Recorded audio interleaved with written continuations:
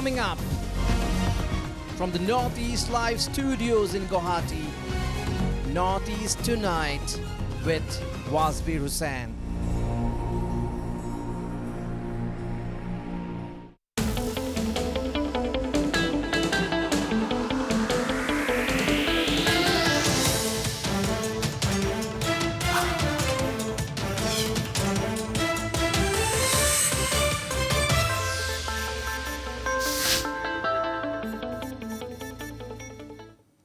Hello and welcome to Notice Tonight, the show that decodes the region. Health authorities in our country are talking about the third wave of COVID that may hit us in about 6 to 8 months' time, although the blistering second wave itself has not ended. Now, the only way to prepare and beat the third wave is to ensure that as many people as possible are vaccinated and that COVID testing go on uninterrupted. After all, the vaccine can protect us to a great extent from the virus, and testing can help isolate infected people so as to save others hit by COVID. Now, the big question is, there are confirmed reports of vaccine hesitancy prevalent in states like Meghalaya, Manipur, Nagaland, and other parts of the Northeast. Why is this happening, and how do we convince the masses that vaccine is the only ray of hope for us at the moment to beat the deadly coronavirus? Have we not been using the community enough to beat vaccine hesitancy? Do we need to incentivize taking vaccine, or do we need to enforce it? But can the government force people to take a vaccine? Again, why are people in many instances even hesitant to go for COVID tests? Whose job is it to educate or make people aware of the benefits of taking vaccine or going for COVID tests? Why are home test kits not easily available after more than a year of COVID hitting India? To discuss these issues, I am joined from Shillong by Dr. Prithwis Bhattacharyya, Professor and Head of the Department of Anaesthesiology and Director in charge of NEIGRIHMS. In Kohima, I have Dr. Ritu Thurr, State Immunization Officer, Nagaland. From Imphal, I am joined by Professor A. Santa Singh, Director of RIMS. I also have with me the Deputy Commissioner of Changlang District in Arunachal Pradesh, Dr. Devansh Yadav, a medical doctor himself.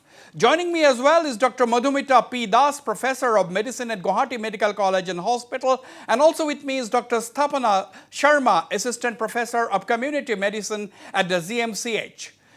Of course, before we begin the discussion, let's listen into some voices on testing hesitancy and vaccine rumors emerging from the northeastern states in the past few days. There is a certain amount of hesitancy on the part of people to come forward for testing.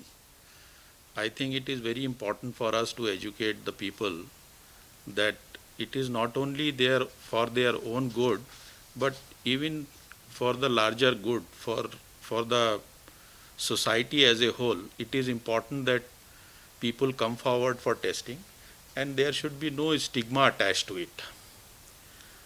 So this message we want to put across, that testing without stigma. Those who go against the epidemic, they should be booked under the Epidemic Act.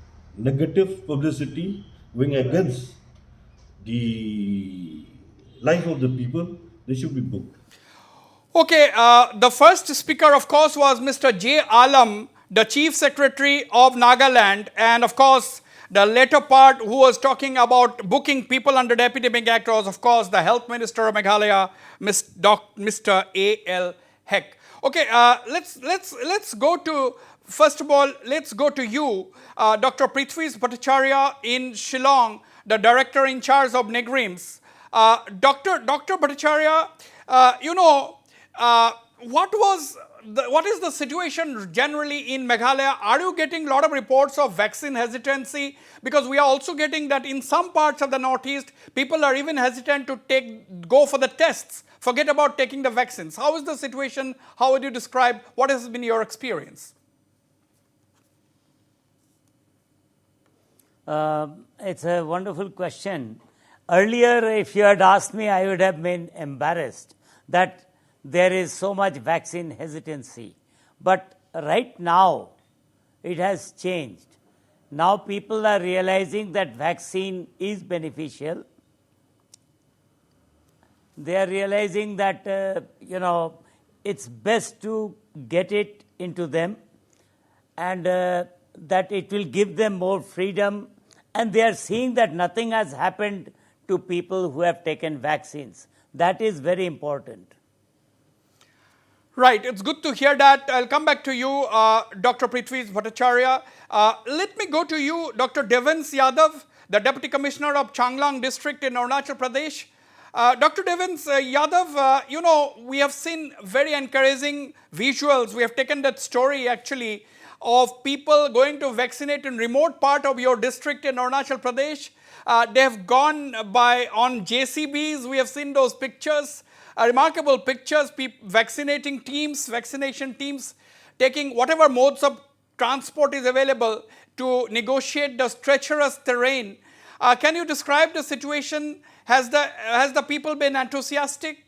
How have you been managing vaccinating the people in this remote and far-flung district of yours, which borders which is close to the international border?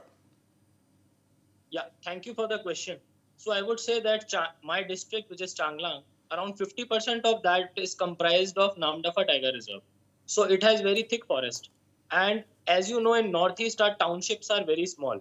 So when you have vaccination sessions in the hospitals, that is just a start to cover maybe 10 to 15% of the population, because majority of the people are living in far-flung villages, which are very distant from the headquarters.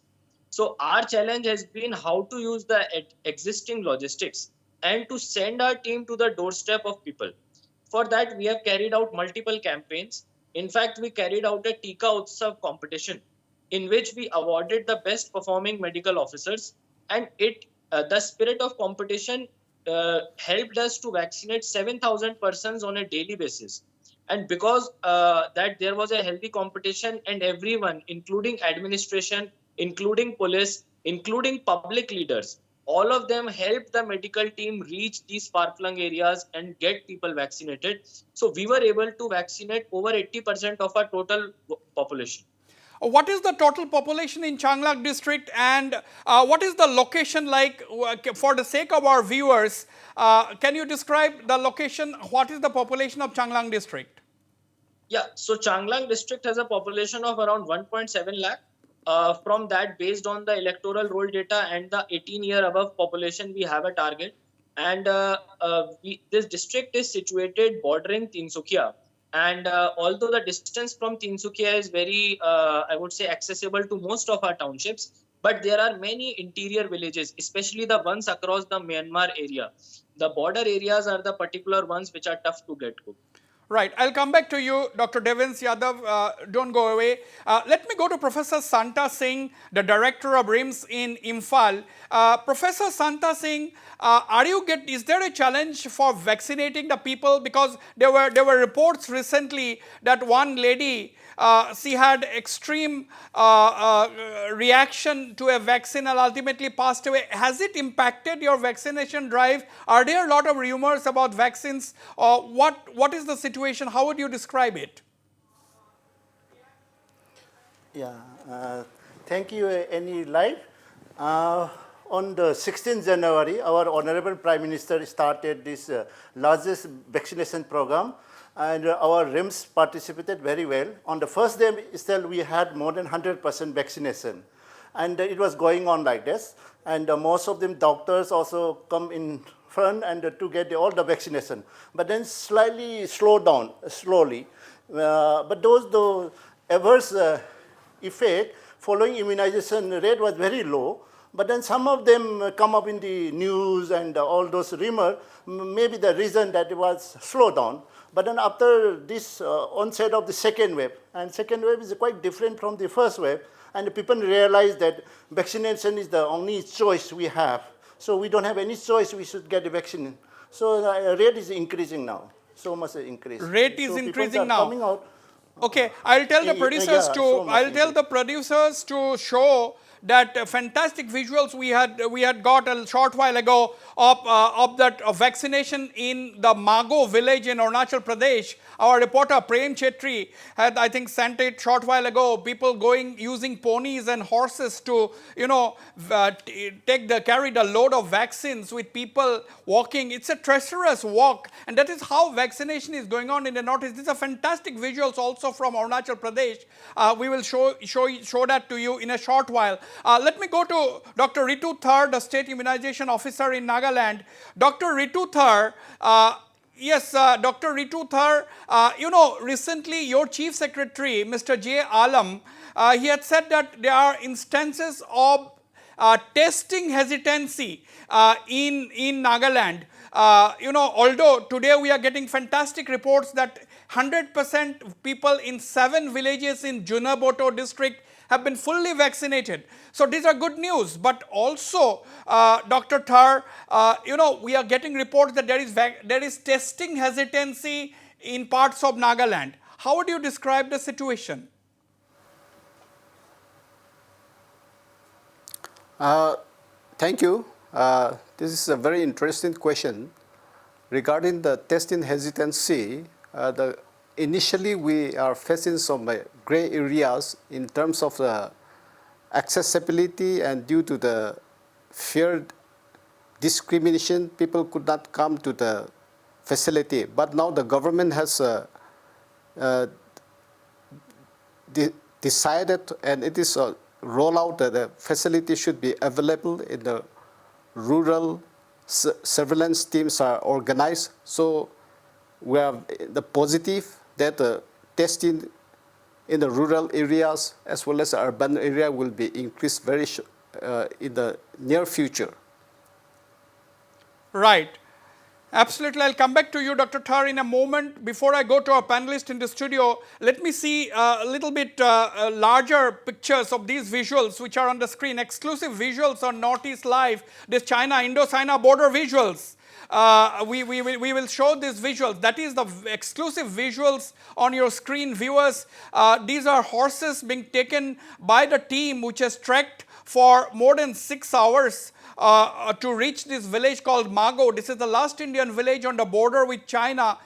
This has been sent by our correspondent from the remote area, and there is less than 300 people in that Mago village where this team has vaccinated, led by an additional deputy commissioner.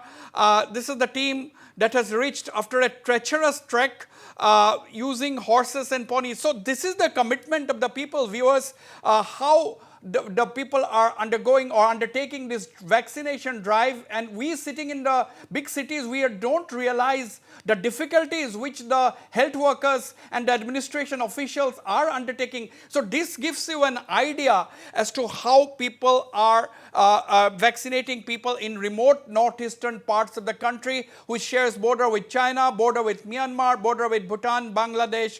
So these are the visuals. We'll stay with these visuals for a few more seconds before going to our panelist in the studio. So that gives beautiful locale but treacherous terrain, don't forget that, but the commitment is huge, how led by an additional district magistrate. These are paramedics, there must be a doctor accompanying them, nurses. So this is the situation in the Northeast. Let's come back to our discussion. We'll have those footage on the screen. Dr. Madhumita Pidas, what do you make of these villages, of these images on the screen, the commitment, how people are taking so much of trouble to vaccinate people? Yeah, thank you for the wonderful question, Wasbir. Actually, I'm running short of words for appreciation of the toil that they have taken to reach out to those people in those far-flung areas of our beautiful country. These are beautiful areas, but people are scattered. The density of population in these places are very sparse. To reach out to 1 to 10 people, people must have gone kilometers and kilometers. Yes. And look at those animals, look at those people. I mean, they need a real word of appreciation. Hats off to them. What is the moral of the story? The moral of the story is the government of India has done its best to reach out to the people. Now it is for the people to get back and to take the benefit out of it and prevent the next wave. Absolutely. Very well said, Dr. Madhumita P. Das. Let me turn to Dr. Sthapana Sarmah, Assistant Professor of Community Medicine at the Guwahati Medical College and Hospital. Dr. Sthapana Sarmah, you have been personally engaged in the Assam government's vaccination drive day in and day out. Thank you for your time. My question to you is, we are talking about vaccine hesitancy. We are also talking about testing hesitancy in certain places. So what has been your experience? What are some of the reasons why you think people are hesitant to take the vaccine? Is it rumor mongering? Is it lack of awareness? What is to be done? Because you deal with the community generally. Yes, thank you so much, Wasbir, for the question. I had been associated with the vaccination since the 16th of January this year, since we had first started. And from my personal experience, I would like to tell you that firstly, we had taken up only the health workers for vaccination. And believe me, we were striving to get the 100 doses that was our target each day. Especially, I remember the hospital administration, our superintendent sir, our principal sir, they personally had to go out, reach out to our health workers. They being the educated, they being aware of the pros and cons of vaccination. We hardly could manage 50 doses, 50 people to vaccinate in the initial days. And suddenly, the scenario changed. By the first week of February, we had more people coming. And by the end of February, we had almost covered around maximum number of health workers from my institution. And when it was opened up for the general people in the first week of March, when it was opened up for the above 60 years, we had a very, positive scenario. We had seen that almost every elderly had come forward themselves with a very positive attitude, and they had got themselves vaccinated. Of course, we were there to help them day in and day out. And then the scenario, there was a time when we had to vaccinate. When our center, we were supposed to vaccinate around 100 doses. We used to vaccinate 700, 800. The teams were increased. The number of vaccinator teams were increased. But then came a time when testing became mandatory before vaccinations. There were many instances, especially in a few districts like Morigaon, Nagaon, where people, there was a rumor. Why? Because whenever, suppose they were suffering from fever, a little fever, they thought that vaccination will help them. So first what they did, instead of getting them tested, they used to go for vaccination, which was actually harming both ways. Firstly, we had wasted a dose, and secondly, the person might be affected also. We did not know what was his what was his cardiac condition. So in that case, when testing became mandatory before vaccination, we had a 50% drop in the total number of beneficiaries coming. Yeah, there was hesitancy. Then we realized that there was hesitancy. Why this hesitancy? Maybe that was exactly because of maybe it was too complicated, testing before vaccine and so on and so forth. People were reluctant to test. So it became hesitancy on both aspects, vaccine hesitancy as well as testing hesitancy. Perhaps we'll expand on that, Dr. Sthapana Sarmah. Let me go back to Dr. Devansh Yadav, the Deputy Commissioner of Changlang. Dr. Yadav, what is the situation in your district? Because 1.7 lakh people, but in remote areas where your people have reached by, as we have seen shown in those visuals, using JCBs and and negotiating the rivers on boats and then trekking. So difficult situation, and then reaching a place where there are less than 200 people. Do you think there was hesitancy in those remote areas, or they were not aware of anything? Yeah, so to start with, definitely there was hesitancy, and that is when we had to start a lot of community work. Okay, we lost that line to Dr. Devansh Yadav. We'll come back to you. Let me once again go to Dr. Prithwis Bhattacharyya. Dr. Prithwis Bhattacharyya, your health minister in Meghalaya, Mr. A.L. Heck, 2 to 3 days ago, he told a news conference that, anybody spreading rumors may be booked or can be booked under the Epidemic Act. He was talking tough. does it mean that there has been a lot of rumors concerning the vaccination? It's not about vaccination, I think, but it's generally more at the village level. There may be some degree of irresponsible talk. I'm not much aware about that because in the city, Shillong, I am not seeing this rumor mongering. People are nowadays more aware of the need for vaccination. But it may be that the villages, they have this problem that, misconception, and somebody may be talking about it, something about some church leaders have talked against vaccination. And I think that is what he was referring to rather than the general public. Right. Okay, turning to Nagaland, Dr. Ritu Thurr, today there have been reports coming from Kohima that Nagaland is gearing up for unlocking. That there would be 50% attendance in offices, there will be rotational basis, the shops are going to be open on a rotational basis and so on. There will be a specific SOP for churches and so on. Now the question is, are you comfortable? What is the rate of vaccination in your state? What is the percentage of vaccination? Are you a happy man?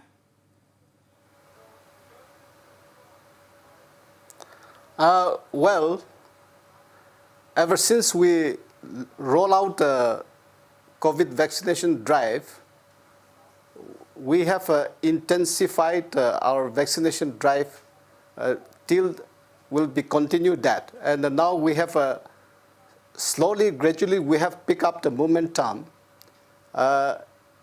Initially, there was a vaccine hesitancy, but now in the communities, especially within the 18 plus age group, there's a vaccine eagerness has developed, and now the demand of vaccine also increased, and the percentage has, our daily vaccination coverage has shot up more than 10,000 per day.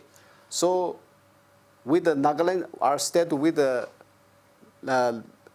poor resources and infrastructure, we are really in the COVID war.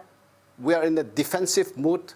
Our only tool is that we have to increase the vaccination coverage so that we can proudly challenge the COVID containment. So we are very comfortable right now with the demand of the vaccine eagerness is very much there. That's why we're improving our vaccination coverage day by day. Okay. But I would also like to know slightly later in this section as to how did this change, how did you succeed in bringing about this change among the people? I'll come back to you with that question. Let me go back to you, Dr. Devansh Yadav. I'm coming to you, Professor Santa Singh in Imphal. Dr. Devansh Yadav, I was asking you this question, whether there was vaccine hesitancy and whether people in these remote areas was actually aware of vaccination or, what has been your experience? You were telling about that when we got disconnected. Yeah, so this thing took couple of months for us. First, we had to start with religious leaders, and in fact, a lot of public leaders helped us a great deal. All of them started this.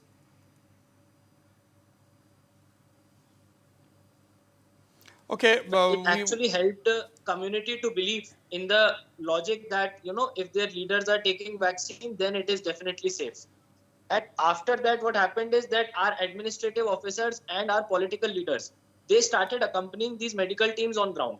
So what used to happen is that the village headmen, they used to take the vaccine first, so that people used to see that leaders are leading by example, and they are then encouraging people and dispelling fears. A lot of social media fears were going on that vaccine may cause this disease, it can lead to mortality. All kind of fake news were doing the rounds.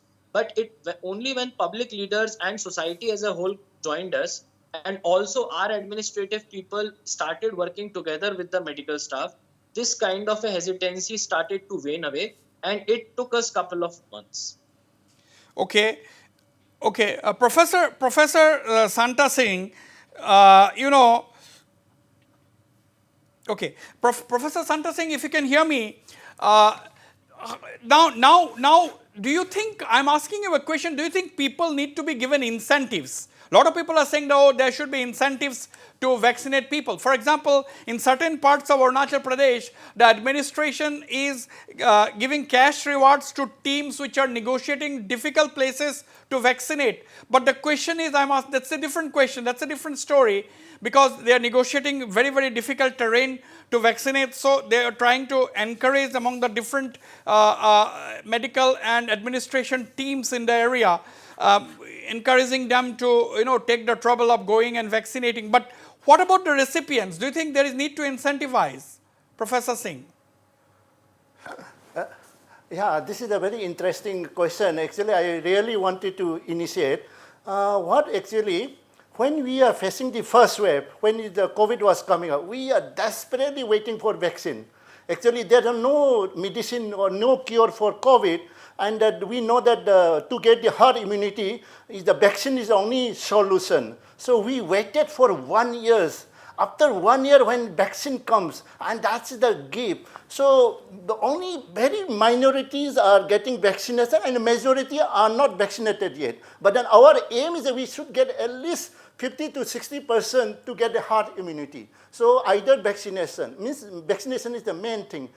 To get that mark, around 60 to 70% to immunize the people to get herd immunity means I am not safe till the last person is not safe. So we are not safe till the last person is safe.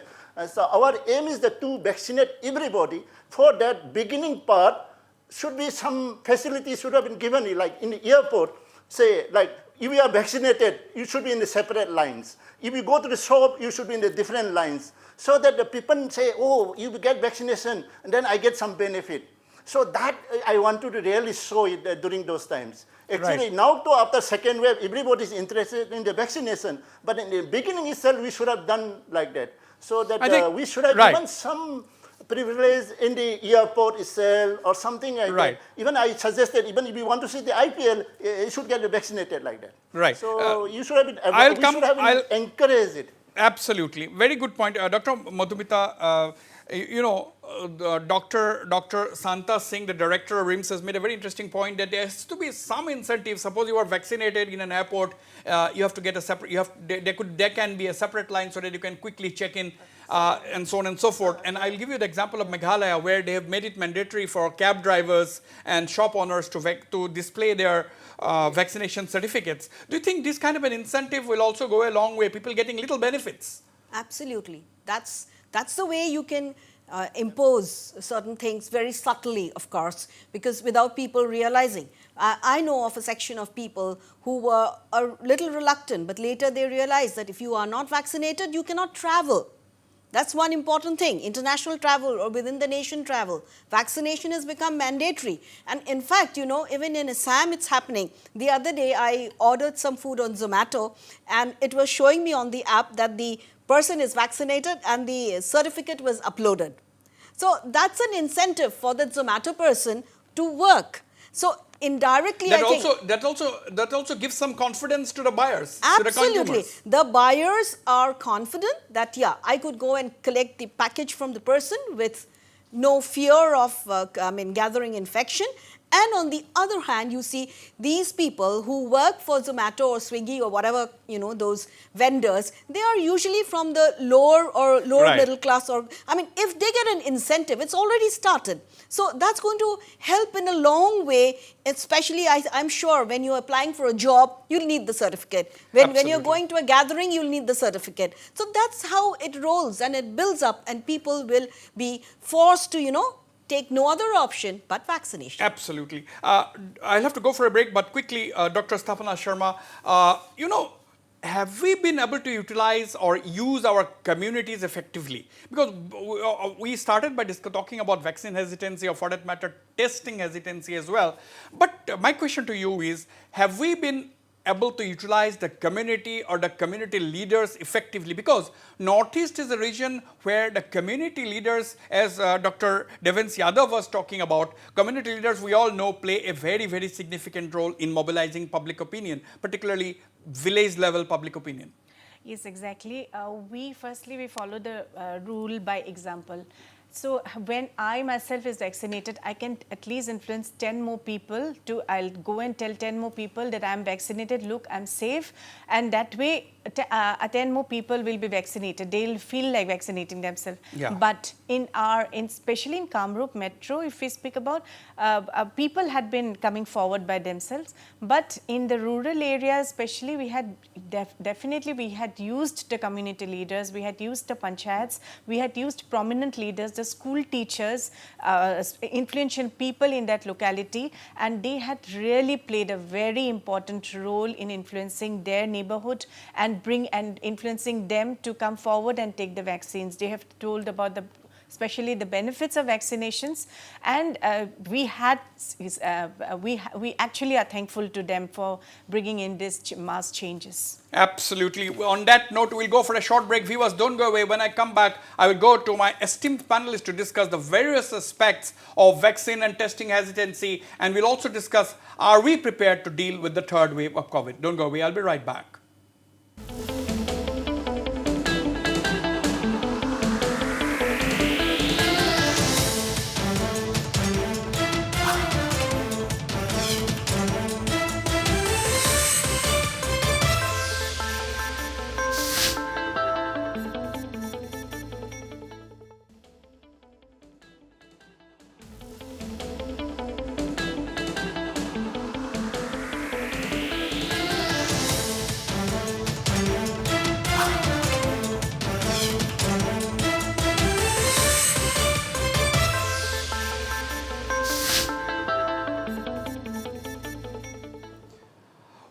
Welcome back. Let me go straight to Professor Santa Singh in Imphal. Professor Santa Singh, there is talk that, the third wave is staring at us. A lot of experts are saying that it could hit us within the 6 to 8 months. Now, about the smaller northeastern states where medical infrastructure has been really poor, if I may use the word, in the northeast. I am not talking only about Manipur. Now, the northeast before COVID, the health infrastructure was really not up to the mark. Now, are you prepared? Can you say that you are prepared to deal with the third wave? Because it's already more than a year since the first wave had begun. We are in the second wave. Are you prepared for the third wave? And what could be the difference? How could you be preparing differently? This is also a very interesting question, actually. When we see the first wave, it comes very, very slowly because rest of the country started the first wave. Our peak came only in November, December like that, and slowly like that.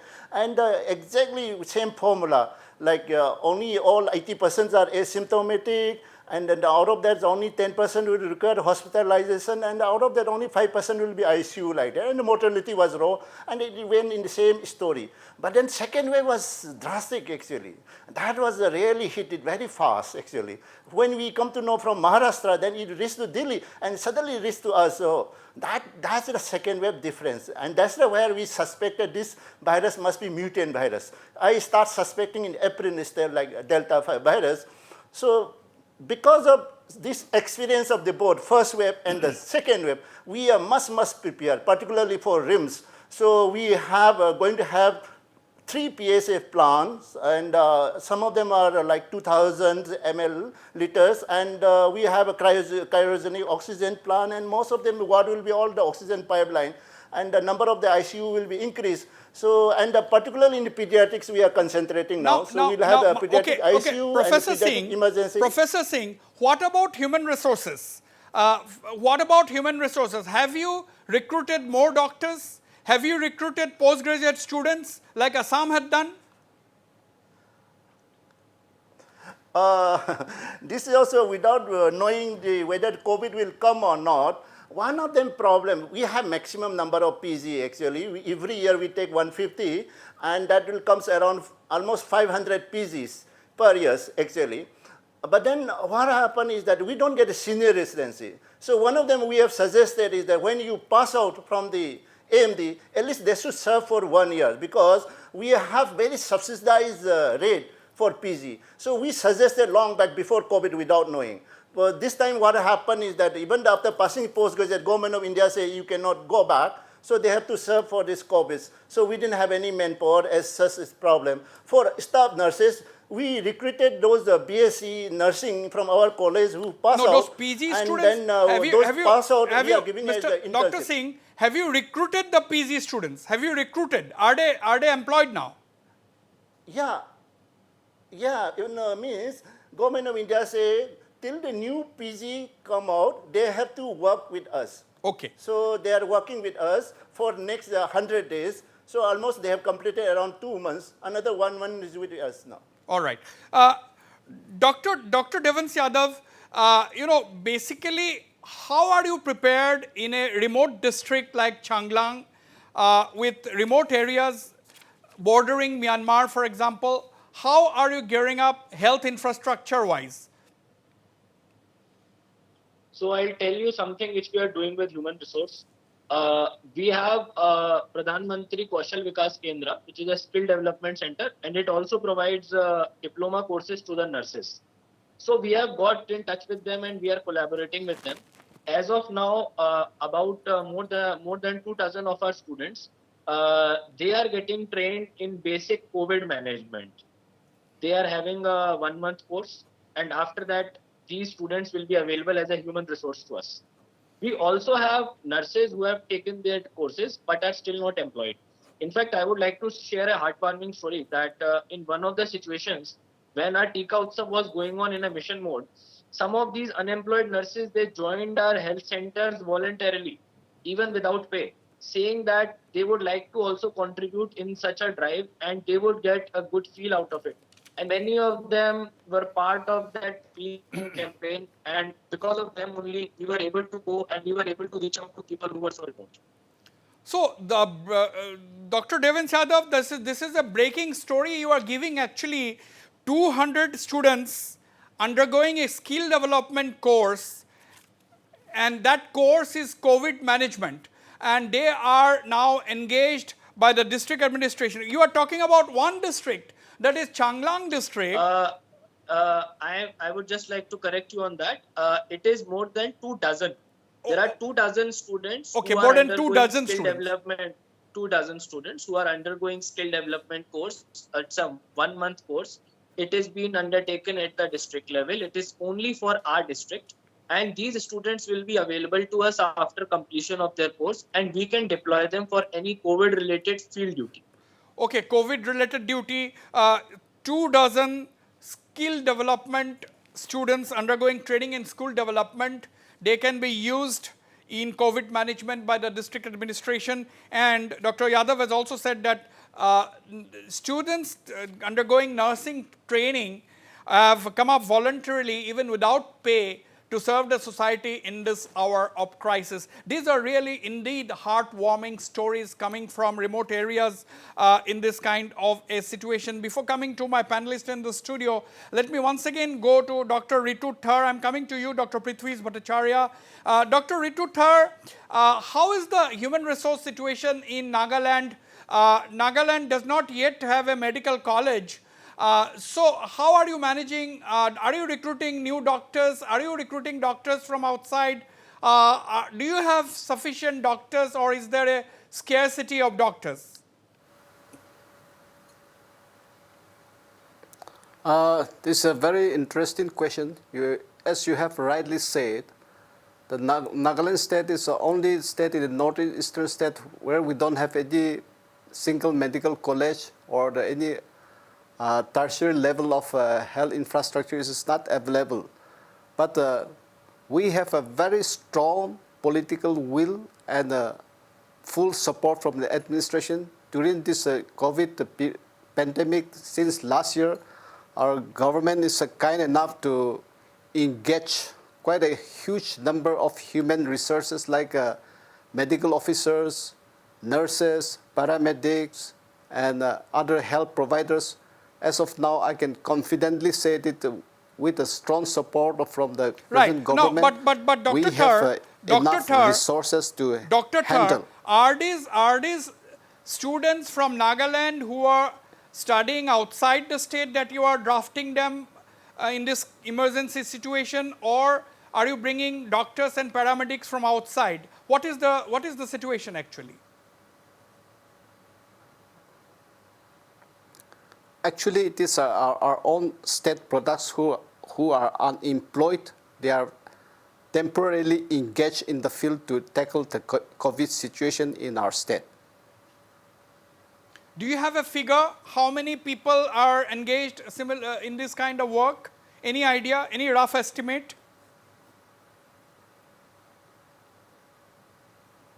Right now, I don't have the right, I cannot exactly remember, but last year, 139 posts of medical officers were created to compact with this during COVID crisis, and 339 nursing personnel posts were created, and other paramedical staff like laboratory technicians, research officers posts were also created. Right. Okay. How is the situation in Meghalaya, Dr. Prithwis Bhattacharyya?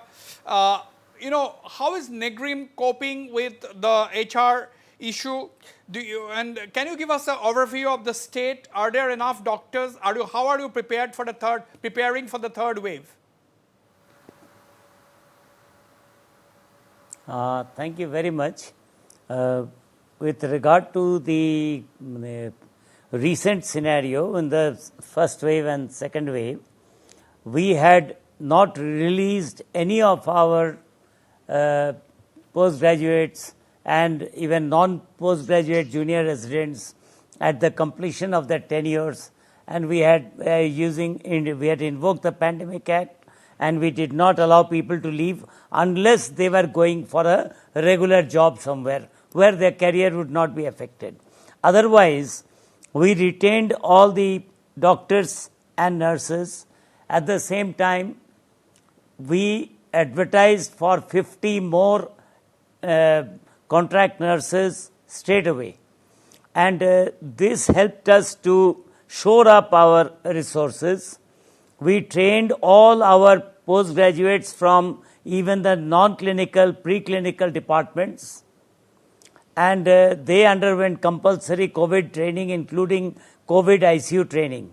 So we got, over the past 4 months, we have built up more manpower at the doctor's level. Even faculty from non-clinical departments have been trained. At the same time, the doctors and nurses were given specialized ICU training, because you see, we were able to get the equipment, but if we don't have trained people to handle those equipment, it would be a no-show.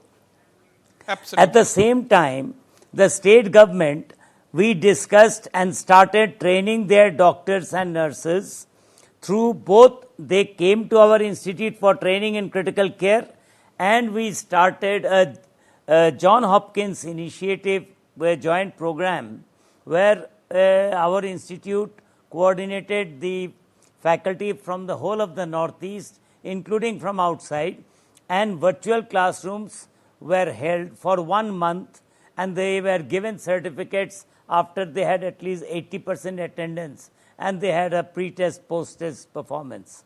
Right. So now, throughout the Northeast, we had around 400 people who attended this program. So from the different states, we have got people who have been trained, and currently we have again started the second phase of that, another 1 month training for pediatric. So this time we are giving emphasis on pediatrics, so that in the event that pediatric patients become the main force, we will be equipped for that also. Right. For the whole state and the Northeast. I'll come back to you, Dr. Bhattacharya. Dr. Madhumita, Assam showed the way by recruiting the postgraduate students. I think 900 of them, if my memory serves me right. Now, as Dr. Bhattacharya said, now we are talking about the third wave, where there are a lot of reports, whether confirmed or not is a different issue, a lot of reports saying that young kids may be affected in the third wave a lot more. So what is the basis for this? Is pediatric people engaged in pediatric specialists, are they going to face the challenge in the third wave? Is there truth in this? It's very difficult to say offhand that the pediatric population is definitely going to be affected in the third wave. First of all, when is the third wave going to come and whether it's going to be a pediatric priority. But the reasons why I believe that the prediction is the pediatric age group may be a target is because they have not been vaccinated till date. And all the vaccines that have been cleared for vaccination in the world till now are still undergoing trials in the pediatric age group. Not a single vaccine has been proved to be completely safe on them. So, unless a safe vaccine comes for the pediatric age group, up until then, we have to keep our guards that they may be the targets. So, are we expecting, do we need to have a separate vaccine for people below 18 or for that pediatric age group? I'm not in a position to say that we need to have a separate vaccine, but whatever vaccines that have been launched into the market, there's a big basket of them, as you know. They're undergoing trials in the pediatric age group. Once the trials are published, regarding the safety and the efficacy in that age group, can we say that yes, it is possible to vaccinate them? Because as you know, now the vaccine has been cleared even for pregnant women. And lactational women breastfeeding women, it has been cleared about a couple of months back, about 2-3 months back. Now it's been cleared for pregnant women. So, that's a lot of, light in the horizon that very soon it will be cleared for children. And the Pfizer vaccine is almost on the verge of being cleared. Right. Now, another aspect, Dr. Sthapana, third wave, we are talking about the third wave. Do you think the experience which the medical fraternity has gained, do you think the experience which even the common people have gained in the last almost 1.5 years, do you think that is going to come in handy? Do you think people will be more responsible? Do you think the government will have to impose less harsher restrictions for the third wave? Or do you think we should not lower our guard? Seeing from the experiences for the past 1.5 years, if we continue this, then third wave, see, we have not yet got over the second wave. We are still into the second wave, and third wave, as ma'am has rightly said, that we do not know if it is going to come, but it might. If our, especially from experience, I would like to say my personal experience, we people are not very responsible once restrictions are eased out. So if we continue this, then we are definitely going to see not very good times. But if we continue those simple basic steps of social distancing, wearing a mask in public, and if we continue being a little more responsible, then we need not have those strict bylaws go on. So, yes. Right. Now, Dr. Yadav, I'm coming back to you. You are both a medical doctor as well as an administrator. So you know both sides you have get both sides of the picture. My question is, how difficult has it been to enforce the COVID protocols between the first wave and the second wave? I'm asking you this question because you must be already gearing up in case there is a third wave. So how difficult or easy it has been to enforce your regulations comparison from the first wave to the second wave? Yeah, so it has been fairly difficult to enforce it because as the panelist right before me pointed out that implementing things on ground becomes tough, especially when you have limited manpower and you have to be constantly vigilant and you have to be penalizing people and you have to be enforcing guidelines. So it has been fairly tough. But I would like to say that with the advent of third wave and second wave, and everyone was seeing news channels, and in Northeast the second wave came a little late. So by that time everyone was aware of the kind of devastation it was causing on the mainland. And that is when we found that when we were able to have a decent amount of behavior change communication and also IEC activities, people were responsive. Right. Right. I think we lost that line. I'm running also short of time. My final question to you, Dr. Prithwis Bhattacharyya, are you optimistic you'll be able to tackle the third wave, Dr. Prithwis Bhattacharyya? Okay, I'll take that question to Dr. Santa Singh. Dr. Santa Singh, are you confident of dealing with the third wave? Final question.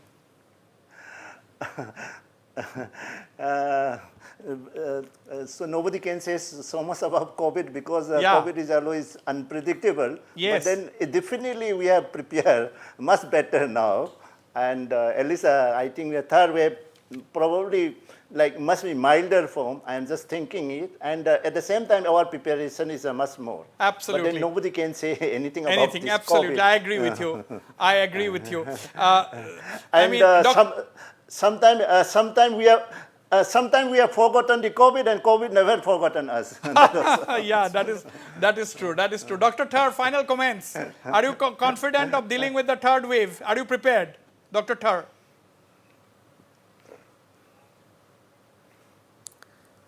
Yeah, actually, how third wave will come, we don't know. But the most important tools, as you have correctly said, the Northeast COVID ward, we are really in the war footing, in a defensive manner. So yeah. to compact with the third wave, we are going to increase our vaccination status, accelerate in the vaccination status, so that I perhaps will be very comfortable to face with the third Absolutely. wave or second wave, whatever it is coming to our state. Very true. Very true. I don't know whether Dr. Bhattacharya is with us. Okay, Dr. Bhattacharya, final comments from you? Yes, I am. Final comments from you. Okay, this time we have actually had the benefit of being prepared. Now, you can never decide how big the problem will be, but we have ramped up our ICU capacity from 25 COVID ICU beds to 75 COVID ICU beds and oxygen beds to 250. Right. So, we have got trained people on hand, and I think drugs, etc., we are all having on hand. So we hope that we will be able to tackle it very well. Definitely better prepared. Before allowing the two ladies in the studio. Extra oxygen plant is coming up. Absolutely. Before letting the two ladies in the studio wrap up this show, Dr. Devansh Yadav, you have the Arunachal has, it's a frontier state. There's a large security force population. How are you utilizing the security force? Because they also contribute a lot in this kind of crisis. Final comments very briefly. Yeah, so Assam Rifles has been working throughout with us, and in fact they have been helping us both in medical camps and also carrying out vaccination drives. So we have been very thankful to the security forces because their manpower, their medical personnel, they have been of great help to us. Absolutely. Dr. Sthapana, final comments. Are you better prepared? Are you confident?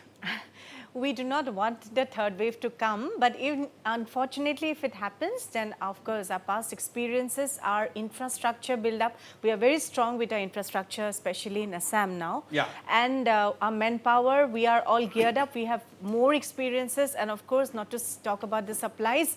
Yes, we are prepared. Last word to you, Dr. Madhumita. Assam, as Dr. Sthapana has said, huge infrastructure development in the last 1.5 years almost. And the latest is the DRDO hospital in Guwahati, in Sarusazai, that has got up to 200 to 300 beds. So huge boost to the battle against COVID. Final comments. My final comments will be the infrastructure is geared up. Technologically, we know better. We've seen the behavior and we can predict to some extent better now than what we had in the first wave. But the awareness has to be completely well percolated from the highest, the elitist and the most educated people to the rustic villager. Everyone has to know what the importance of COVID protocol is.